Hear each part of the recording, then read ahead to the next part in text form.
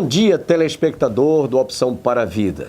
Estamos juntos nesta manhã de sexta-feira, hoje 8 de dezembro, Dia Nacional da Justiça.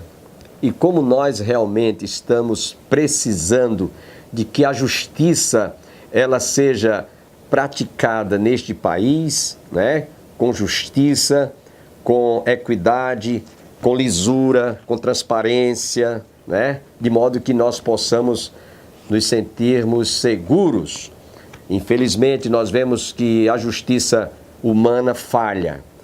Somente a justiça divina, essa sim, é uma justiça que você pode confiar, que você pode realmente acreditar. Essa é a expressão que eu gostaria de usar. Porque essa daqui, humanamente, muitas vezes, ela tem praticado coisas que não passam de vergonha, que causam tristeza aos nossos corações.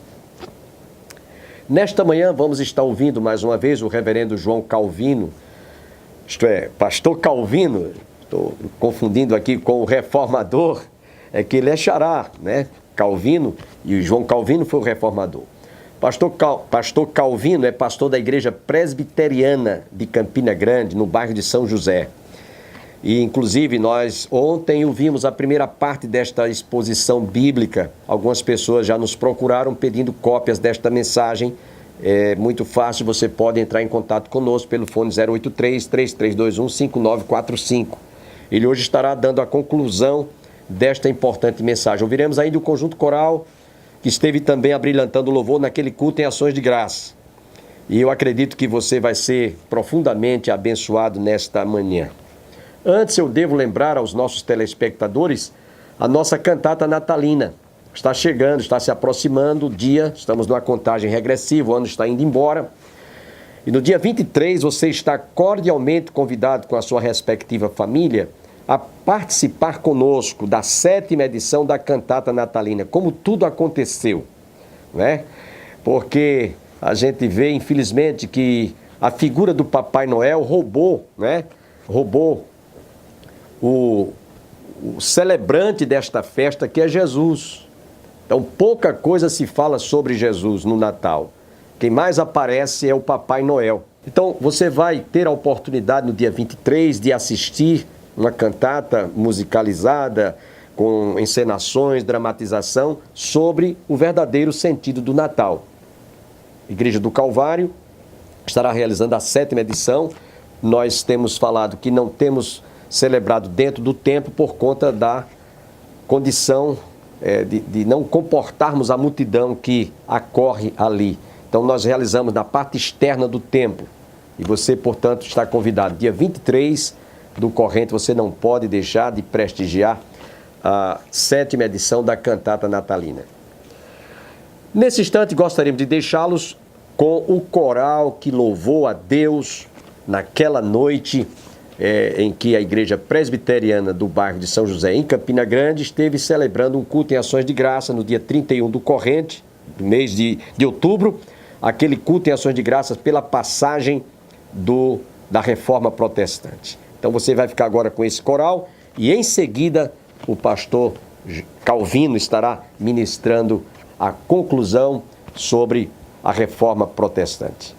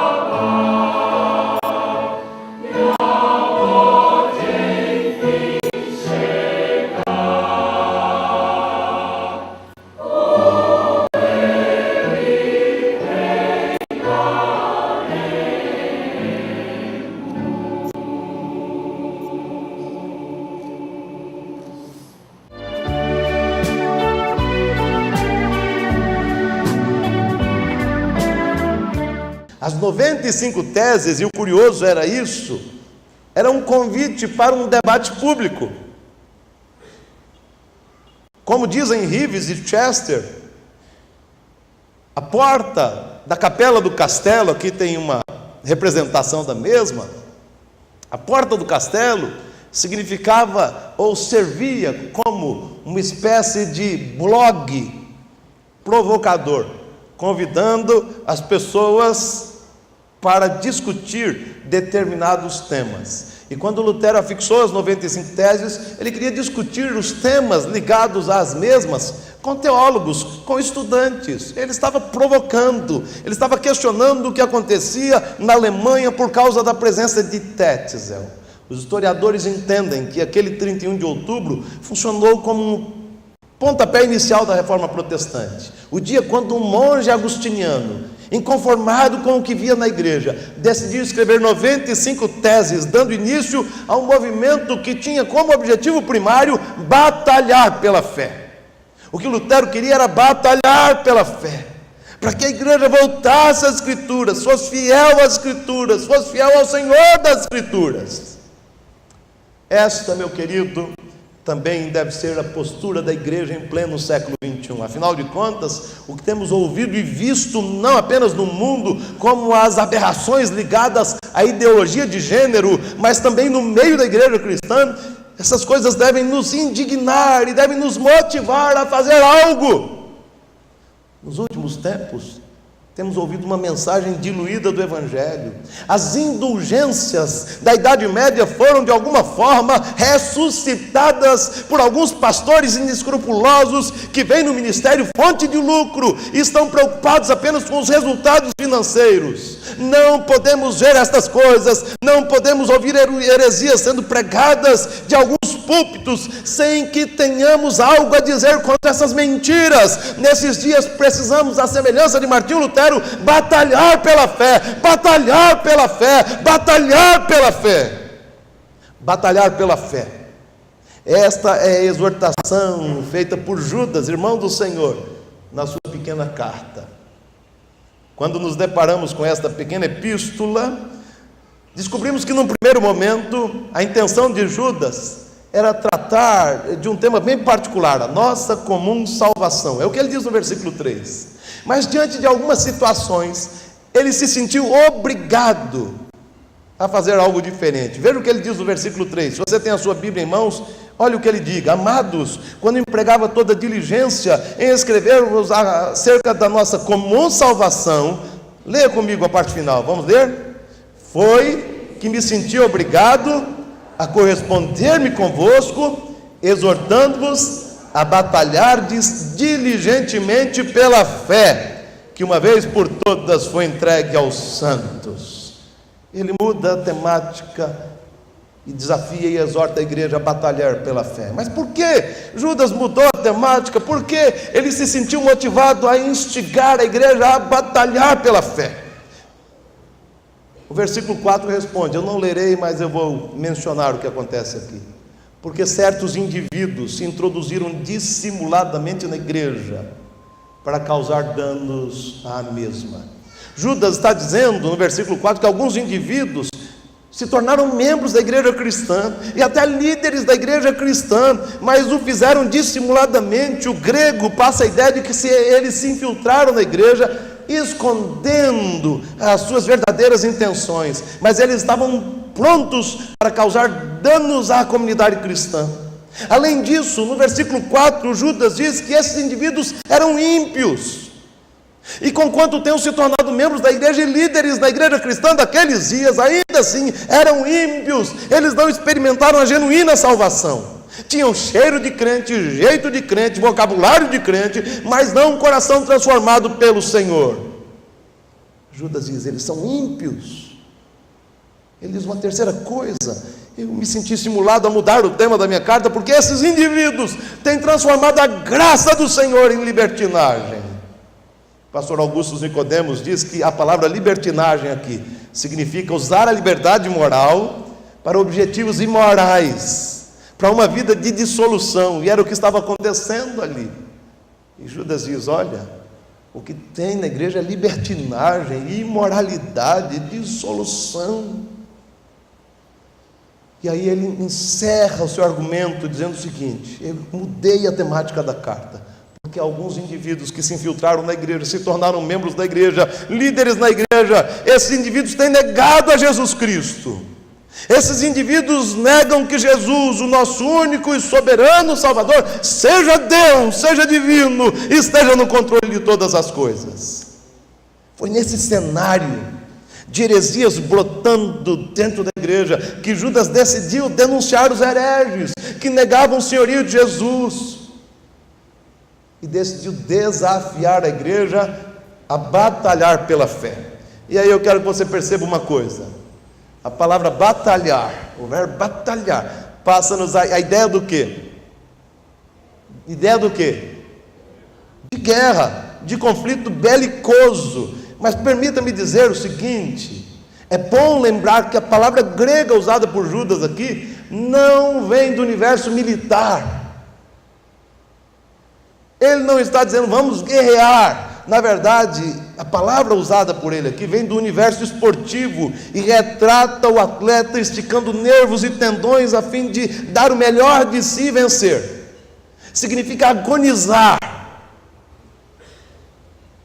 Judas não deseja que sejamos beligerantes, provoquemos guerras santas, até porque a nossa luta, como lembra-nos o apóstolo Paulo lá em Efésios 6,12, não é contra o quê? Não é contra a carne, nem contra o sangue, não é contra a gente. A nossa batalha é espiritual. Portanto, ele não está querendo que promovamos uma guerra santa, longe disso. Na verdade, ele nos chama a defender a fé, ensinando o evangelho da graça, denunciando o erro e abrindo mão de todo o silêncio passivo e covarde diante da mentira, do falso ensino e da corrupção. Esse é o desafio: batalhar pela fé, defender a fé, ensinar a fé, para que vidas sejam transformadas. Mas, meu querido, Judas diz que existem algumas exigências para que nós participemos dessa luta pela fé, dessa batalha pela fé. Eu quero pensar com vocês rapidamente sobre 3 exigências para que nesses dias perniciosos batalhemos pela fé. A primeira: a batalha pela fé exige conhecimento da nossa identidade e da nossa condição em Cristo Jesus. Quem somos? Qual é a nossa condição em Cristo Jesus? Quem é você em Cristo Jesus? Judas responde a estas questões nos 2 versículos iniciais, e ele diz que fomos chamados para ser povo de Deus, fomos tirados da morte para a vida, transportados das trevas para o reino do Filho do seu amor, fomos chamados pelo Senhor. Mas ele diz no mesmo versículo 1 que nós somos amados em e por Deus Pai. E o amor de Deus é incondicional. Ele decidiu nos amar, aleluia, decisão dele. Ele não viu mérito nenhum em nós, ele decidiu amar-nos. É decisão de Deus, por causa do seu grande amor e da sua misericórdia. Ele nos amou graciosamente. Ele diz mais: qual é a nossa condição? Somos guardados em Cristo. E a ideia de guardar aqui é a ideia de que o Senhor não desiste de nós, o Senhor não nos abandona, o Senhor persevera conosco. O Senhor é que nos mantém firmes na fé por causa da sua maravilhosa graça. Ele não desiste da nossa vida, Ele vigia-nos, dispensando o seu cuidado para perseverarmos na fé, para permanecermos firmes na fé. E aí ele diz lá no versículo 3 que a nossa condição, temos desfrutado da salvação. Portanto, eu quero que você perceba o seguinte: para que alguém batalhe pela fé, como Judas nos exorta a fazer, é necessário conhecer o Senhor Jesus, comungar da fé em Cristo Jesus, ter convicção da salvação. Só tem sentido desafiar alguém a batalhar pela fé quando tal pessoa desafiada experimentou genuína conversão, foi alcançada, transformada pela graça. Caso contrário, tal pessoa não terá paixão, disposição, interesse, não será coerente, nem terá discernimento para perceber onde se encontra o erro. Você foi alcançado pela graça salvadora. Você que veio para cá essa noite foi alcançado pela graça salvadora já. Você pode dizer que foi chamado pelo Senhor, amado em Cristo Jesus, guardado pelo Senhor, já desfruta da salvação em Cristo Jesus. Se você pode dizer afirmativamente, responder afirmativamente a essas questões, então Judas diz: batalhe pela fé, lute pela fé, defenda o Evangelho de Jesus. Mas existe uma segunda exigência no versículo 3. Leia comigo, por favor. Todos juntos, mais uma vez, qualquer que seja a versão. Vamos lá? Amados, quando empregava toda diligência em escrever-vos acerca da nossa comum salvação, foi que me senti obrigado a corresponder-me convosco, exortando-vos a batalhardes diligentemente pela fé, que uma vez por todas foi entregue aos santos. A batalha pela fé exige o quê? Diligência. Diligência. O conceito de luta no Novo Testamento é conhecido e significa esforçar-se sem qualquer distração para alcançar o alvo. E Judas não apenas nos manda batalhar pela fé, lutar em prol da fé, mas ele deixa claro que essa batalha exige diligência. Nesta luta não existe espaço para passividade. Pelo contrário, ela exige empenho, paixão, envolvimento, entrega, esforço. Exige também abnegação. Aquele que batalha pela fé porque foi alcançado pela graça salvadora não pode temer nem mesmo a morte fruto de uma severa perseguição. Leia a história de John Wycliffe, leia a história de John Hus, e você encontrará na vida desses homens e de outros homens naquele período da Idade Média absoluta abnegação.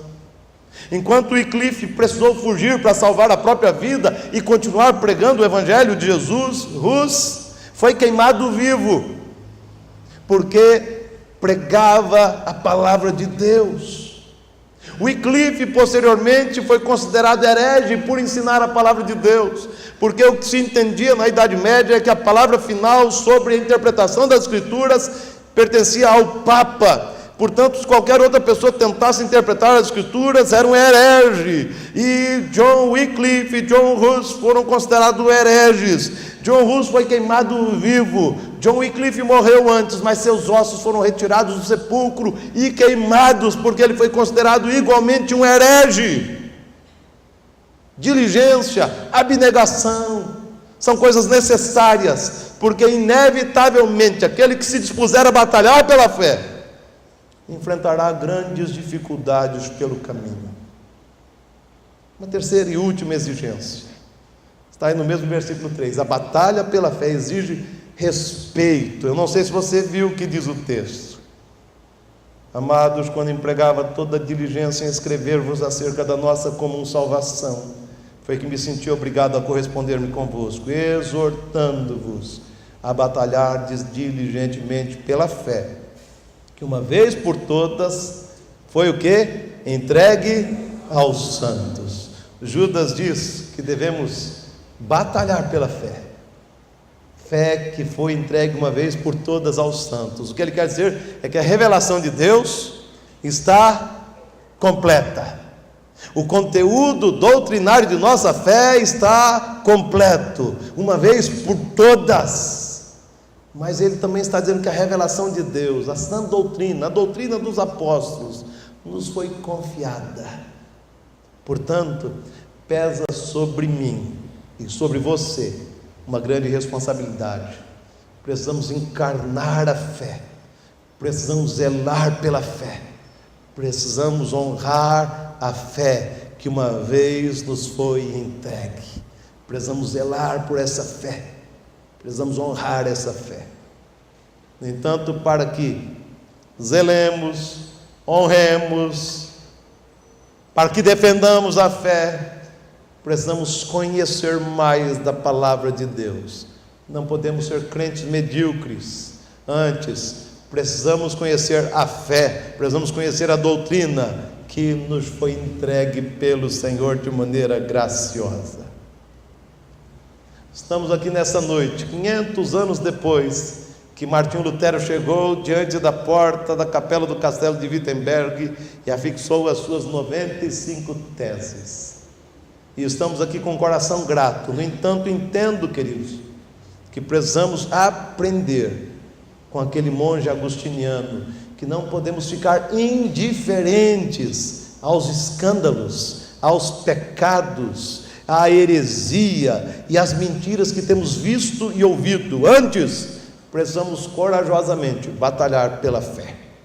E a batalha pela fé exige conhecimento da nossa identidade em Cristo Jesus. Quem somos? Fomos chamados, amados e temos sido guardados pelo Senhor. Mas exige diligência, precisamos estar prontos para colocar em xeque a nossa reputação e a nossa vida em risco, para que a verdade do Evangelho vença, para que a verdade do Evangelho prevaleça sempre. E precisamos finalmente de respeito, afinal de contas, somos herdeiros da fé evangélica que nos foi entregue pelo Senhor. Que honra ter a palavra de Deus em nossas mãos, que honra poder ler a palavra e conhecer o propósito de Deus revelado a nós, que honra é estudar a palavra do Senhor e sair consolado ao perceber que Ele é o Deus que não muda, é o Deus de misericórdia, é o Deus fiel, é o Deus que sustenta, é o Deus que consola, é o Deus que perdoa, é o Deus que firma os nossos passos, é o Deus que não desiste de nós. Que privilégio! Portanto, tratemos a palavra com respeito. Quem deseja batalhar pela fé tem que respeitar a herança recebida por meio da palavra do Senhor. Que o Senhor nos ajude nesses dias e que, diante dos enormes desafios que a igreja terá que enfrentar no século 21, que consigamos, na dependência do Senhor, com boca no pó, com a Bíblia em mãos, cumprir a nossa vocação, para que em todo o tempo o nome do Senhor seja glorificado. Se você não lembrar de nada do que ouviu nessa noite aqui, eu quero que você se lembre disso. Eu e você fomos chamados nesses dias para batalhar pela fé que nos foi entregue pelo Senhor. E aqui eu volto a dizer, não estou instigando ninguém a investir na beligerância. Batalhar pela fé implica em conhecer a palavra, viver a palavra, ensinar a palavra, não se calar covardemente diante do erro, mas corrigir o erro para o louvor da glória do Senhor. Que Deus tenha misericórdia de nós e que nós, em pleno século 21, sejamos instrumentos do Senhor para uma nova reforma, sim, porque quando olhamos para a igreja e olhamos para o mundo, a gente percebe que a necessidade de uma nova reforma é urgente para o louvor da glória do Senhor. Que Deus nos abençoe, queridos. Tenham todos um dia abençoado, que todos fiquem com Deus. Esperamos nos reencontrarmos na próxima segunda-feira, se Deus quiser. Inclusive, se você quiser nos fazer uma visita, a Igreja do Calvário está situada às margens do Açude Velho, confluência com o Parque da Criança, ali no contorno do início da Avenida Brasília. As nossas reuniões de escola dominical ocorrem às 9 horas da manhã do domingo, à noite às 18 horas. Às terças-feiras nós temos culto de oração para a família e às quintas-feiras nós temos estudo bíblico, exposição da palavra de Deus. Você está cordialmente convidado com toda a sua família. Até a próxima segunda-feira, se Deus quiser.